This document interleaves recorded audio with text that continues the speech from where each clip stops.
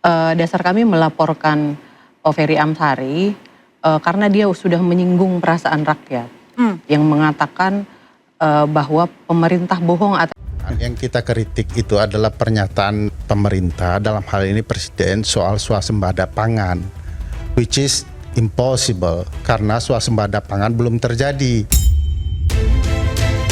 Kami berharap memang Saudara Ferry Amsari bisa membuktikan apa yang dia nyatakan. Secara argumentatif, saya meyakini bahwa Prabowo Gibran adalah beban buat bangsa ini. Pengamat-pengamat itu adalah pengamat-pengamat yang sejak dulu sudah berusaha mempengaruhi warga, membentuk opini publik. Faktanya, lebih dari 96 juta warga lebih percaya Pak Prabowo, tidak percaya mereka.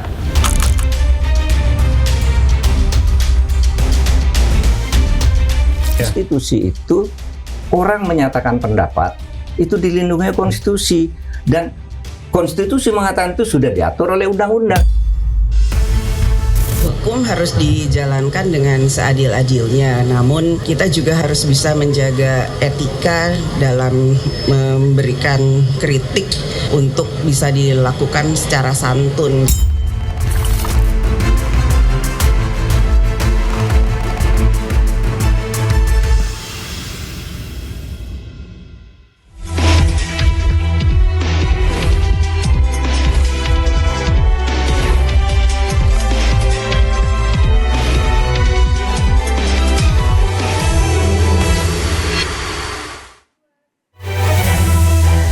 Pemirsa, suara akademisi yang dulu dianggap cahaya kini menjadi perkara. Saiful Mujani, Ubedillah Badrun hingga Ferry Amsari dilaporkan ke polisi.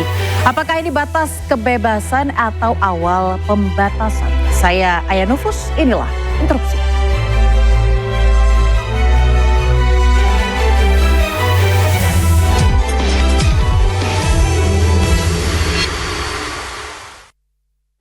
Ya pemirsa, untuk membahasnya pada malam hari ini sudah hadir 4 narasumber luar biasa di sebelah kanan saya. Langsung saja saya akan perkenalkan terlebih dahulu tenaga ahli utama kantor staf Presiden Antoni Winza Prabowo. Selamat malam Mas Antoni, terima kasih sudah bergabung di interupsi pada malam hari ini. Dan juga sudah ada Ito Simamora, Ketum LBH Tani Nusantara. Selamat malam Kak Ito, terima kasih sudah hadir. Dan juga di sebelah kiri saya di paling ujung ada Bang Pangi Syarwi Caniago, Direktur Eksekutif Foxpol Center. Terima kasih Bang dengan batiknya pada malam hari ini. Dan juga ada Bang Ahmad Wakil Kamal, pengacara Ubedillah Badrun. Assalamualaikum, selamat malam. Waalaikumsalam. Dan juga sebagai informasi pemirsa, kami sudah mencoba untuk menghubungi dan juga mengundang. Sebelumnya ada Ubedillah, kemudian juga Ferry untuk hadir di interupsi. Namun kebetulan berhalangan hadir pada malam hari ini. Jadi kami undang perwakilannya saja mungkin dari Bang Ahmad ya. Baik, sebelum kita mulai saya akan terlebih dahulu mengingatkan rules di studio interupsi pada malam hari ini. Bapak dan Ibu semuanya boleh adu argumen, boleh adu gagasan. Tapi terlebih dahulu katakan interupsi. Baik, saya mulai ke Kak Ito terlebih dulu. Kak, Anda kan melaporkan Ferry Amsari terkait dengan swasembada pangan. Apa sebenarnya dasarnya Anda melaporkan, Ferry? Sebelumnya terima kasih kepada iNews TV, program interupsi hari ini telah mengundang kami LBH Tani Nusantara. Dasar kami melaporkan Ferry Amsari karena dia sudah menyinggung perasaan rakyat yang mengatakan bahwa pemerintah bohong atas swasembada pangan itu. Di saat masyarakat tersinggung karena mereka kan sudah merasakan apa efek positif dari program-program pemerintah saat ini, Pak Prabowo Subianto presidennya gitu. Dan kami melaporkan penghasutan, ini bukan lagi kritik, tapi penghasutan itu dasarnya. Baik, baik berarti Anda dan juga tim Anda menganggap ini bahwa ini bukan lagi soal kritik, tapi sudah masuk ke ranah penghasutan, pembohongan publik dan hoak. Jadi itu setelah kita bedah kasus, kita menemukan ada unsur pidananya. Masuklah itu ke pasal 263 ayat 1 dan pasal 264 KUHP yang baru 2023. Oke, saya mau tanya Bang Pangi, Bang, dari data mungkin yang Anda kumpulkan dari Foxpol Center terkait dengan data yang terbuka ya dari pemerintah soal swasembada pangan. Ada tanggapan terkait hal ini? Ya, pertama tentu saja sebelum kita bahas itu, memang di dalam konteks negara demokrasi itu kan yang paling dewanya itu kan freedom, kebebasan. Karena freedom itu kebebasan berekspresi, berpendapat, freedom of speech, freedom of expression. Itu menjadi tulang punggung, big bone di dalam konteks negara demokrasi.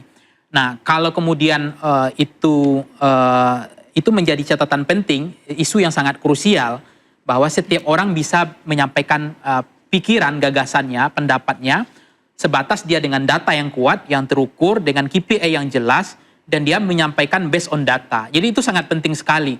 Nah, kalau kita lihat misalnya di era Presiden Soeharto, itu memang kan political religion, ideologi yang disucikan. Jadi pada masa itu setiap orang yang mengkritik maka dilabel anti Pancasila, yang demonstrasi instabilitas politik. Maka pada masa itu kan bahwa mengkritik presiden itu sama dengan mengkritik Tuhan. Karena tidak boleh, presiden selalu benar, presiden tidak boleh dikritik, mengkritik presiden, mengkritik Tuhan. Nah ini kan pada masa itu sangat sulit untuk menyampaikan. Tetapi kan ada juga pilihan orang mengatakan di era Soeharto itu memang berbicara itu tidak bebas, tapi perut kenyang. Cuma kebebasan tidak ada. Nah kita kan ingin cari, bisa saja ambil pola yang kedua, bebas berbicara, yang terukur tadi, dan perut kenyang. Gitu. Itu juga menjadi penting di dalam catatan saya. Oleh karena itu memang pada masa kalau dalam kita geser dalam kajian saya ilmu politik, memang di dalam politik itu kan kalau digeser ekonomi dia pasti bicara kapitalis, bicara agama sekuler, bicara demokrasi itu udah pasti bicara politik. Nah demokrasi ini yang kemudian tetap harus kita jaga.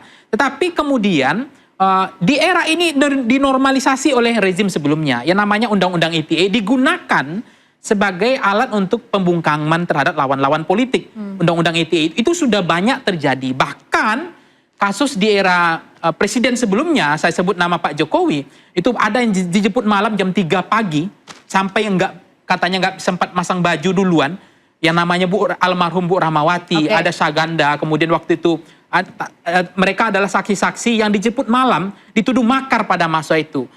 Termasuk beberapa tokoh nasional ya, Pak Eko dari UBK waktu itu, mereka tidak ada pidato seperti sekarang.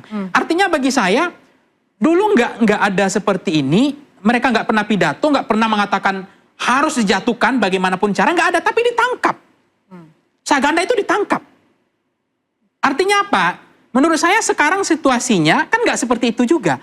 Sampai sekarang mereka masih bebas ngomong, tidak ada yang ditangkap, padahal mereka tidak ada pidato untuk menjatuhkan baik inkonstitusional maupun non-inkonstitusional. Artinya ruangnya itu sudah luas. Artinya semua buzzer hari ini bisa ngomong. Itu juga dinormalisasi oleh rezim sebelumnya. Relawan yang kemudian jadi komisaris juga dinormalisasi oleh rezim sebelumnya. Nah, yang orang meragukan konsistensi pengamat ini, yang kemarin dia tidur gitu loh. Ketika ada tenaga kerja asing, dia tidur. Utang ugal-ugalan, dia tidur ini pengamat ini. Nggak pernah bilang makar. Kemudian ada bandara siluman, dia tidur ini pengamat ini. Nah ini orang yang curiga. Kok sekarang ada intensitas gitu loh. Sebentar, Bang Pangis, terkait dengan ruang luas, saya mau tanya dulu ke Kak Itoka, sebelum Anda melakukan pelaporan, sempat ada nggak dari pihak Anda mencoba untuk berdialog dengan Ferry? Kalau untuk berdialog kan enggak, justru harusnya di saat dia yang memicu itu dia yang harus buka dialog dong. Tapi karena dia sudah berstatement penghasutan itu, para petani itu merasa tersakiti hatinya. Makanya mereka datanglah ke LBH Tani Nusantara, kami bedah kasus dan segala macam. Yang miris di kita ini kan bahwa si Ferry Amsari ini katanya pakar, katanya akademisi, harusnya seorang intelektual tidak bicara sembarangan. Kami bukan anti kritik, tapi kalau kritik itu harus berbasis data yang valid, bisa dikonfirmasi dan segala macam. Ini kita nggak tahu dari mana datanya. Tidak adu data aja, kenapa harus melalui proses hukum?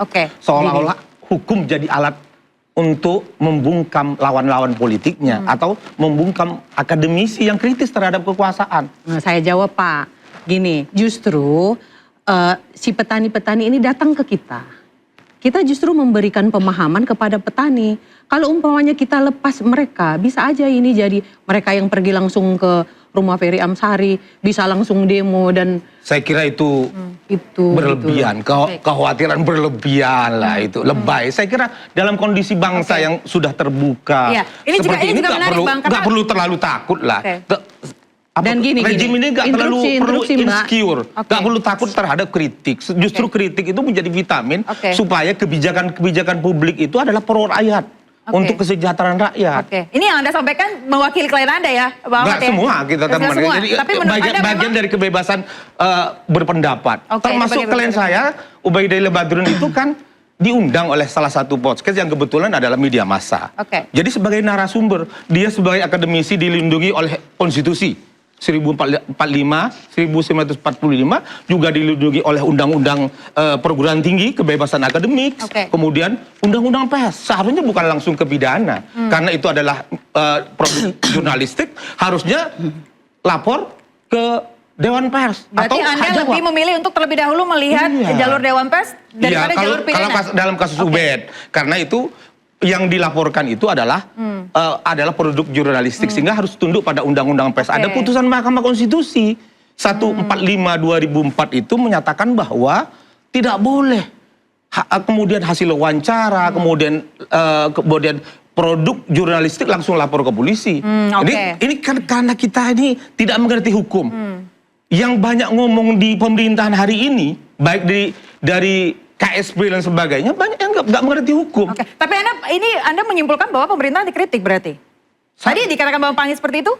Anda menilai demikian atau bagaimana? Saya kira, menurut saya ini rejim ini terlalu insecure. Terlalu insecure. Oke, saya mau tanya dulu ke Mas Antoni. Interupsi boleh daripada sebentar, ini? Saya mau tambahkan sedikit. Saya mau mendengar sedikit saja dari Mas Antoni. Dia dikatakan bahwa insecure pemerintah. Sempat ada statement dari Pak Prabowo bahwa kritik-kritik ini sebenarnya adalah vitamin bahkan untuk pemerintah. Silakan Mas Antoni. Baik, sebelumnya saya ingin meluruskan pandangan-pandangan di publik yang seringkali terdistorsi, terutama tentang mengutip pasal-pasal di konstitusi secara cherry picking atau mau ambil apa yang dia suka saja. Jadi tidak ada di konstitusi yang menyatakan bahwa kebebasan berbicara, mengeluarkan pendapat itu sampai tidak ada batasnya. Tidak ada di konstitusi seperti itu. Di konstitusi, di putusan MK, ada putusan 140 tahun 2009, ada putusan 56 2017. Itu dikatakan ada 2 forum dalam berbicara dan berpikir. Yang dilindungi oleh konstitusi adalah forum di dalam internal, di ruang batin kita. Itu sama sekali underogable rights. Tidak bisa dikurangi oleh keadaan apapun. Tetapi ada namanya forum eksternal. Forum eksternal itu ketika ruang batin kita ucapkan. Ruang batin kita tuliskan. Itu sudah ada impact-nya. Oleh karena itu negara harus menjaga keamanannya. Jangan sampai ada kata-kata dari warga negara yang menciderai hak asasi orang lain. Nah coba kalau boleh dilihat pasal di 28I di Undang-Undang Dasar, mungkin bisa dibantu ya oleh interupsi.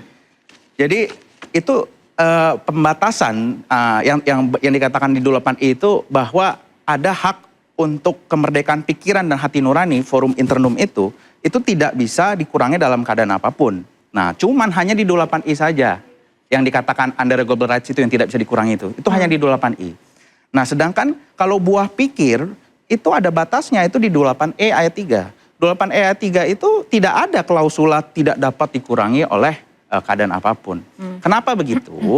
Kita harus lihat alam berpikir kita. Demokrasi ini kan banyak ya, ada demokrasi tipe barat liberal, ada demokrasi yang kita konstitusional Pancasila. Nah Pancasila kita itu melihat bahwa negara kita ini suku, agama, rasnya begitu banyak. Sehingga social cohesionnya itu berat, social cohesion cost-nya berat. Butuh persatuan. Ada sila ketiga Pancasila kita, persatuan. Ada juga di Undang-Undang Dasar kita dikatakan di sini, kita lihat di depan deh, biar lebih jelas ya. Silakan kita perlihatkan. Di 28I, itu hak kemerdekaan pikiran dan hati, itu adalah hak asasi manusia yang tidak dapat dikurangi dalam keadaan apapun. Ini yang di dalam ya, forum internum, itu di MK dikatakan demikian. Yang tidak dibatasi apa? Yang dibatasi apa? Yang 28E. Yang 28E itu menyatakan pikiran, mengeluarkan pendapat, itu nggak ada klausula seperti 28I. Tidak ada. Ya. Dan pembatasannya ada di mana? Ada di 28J.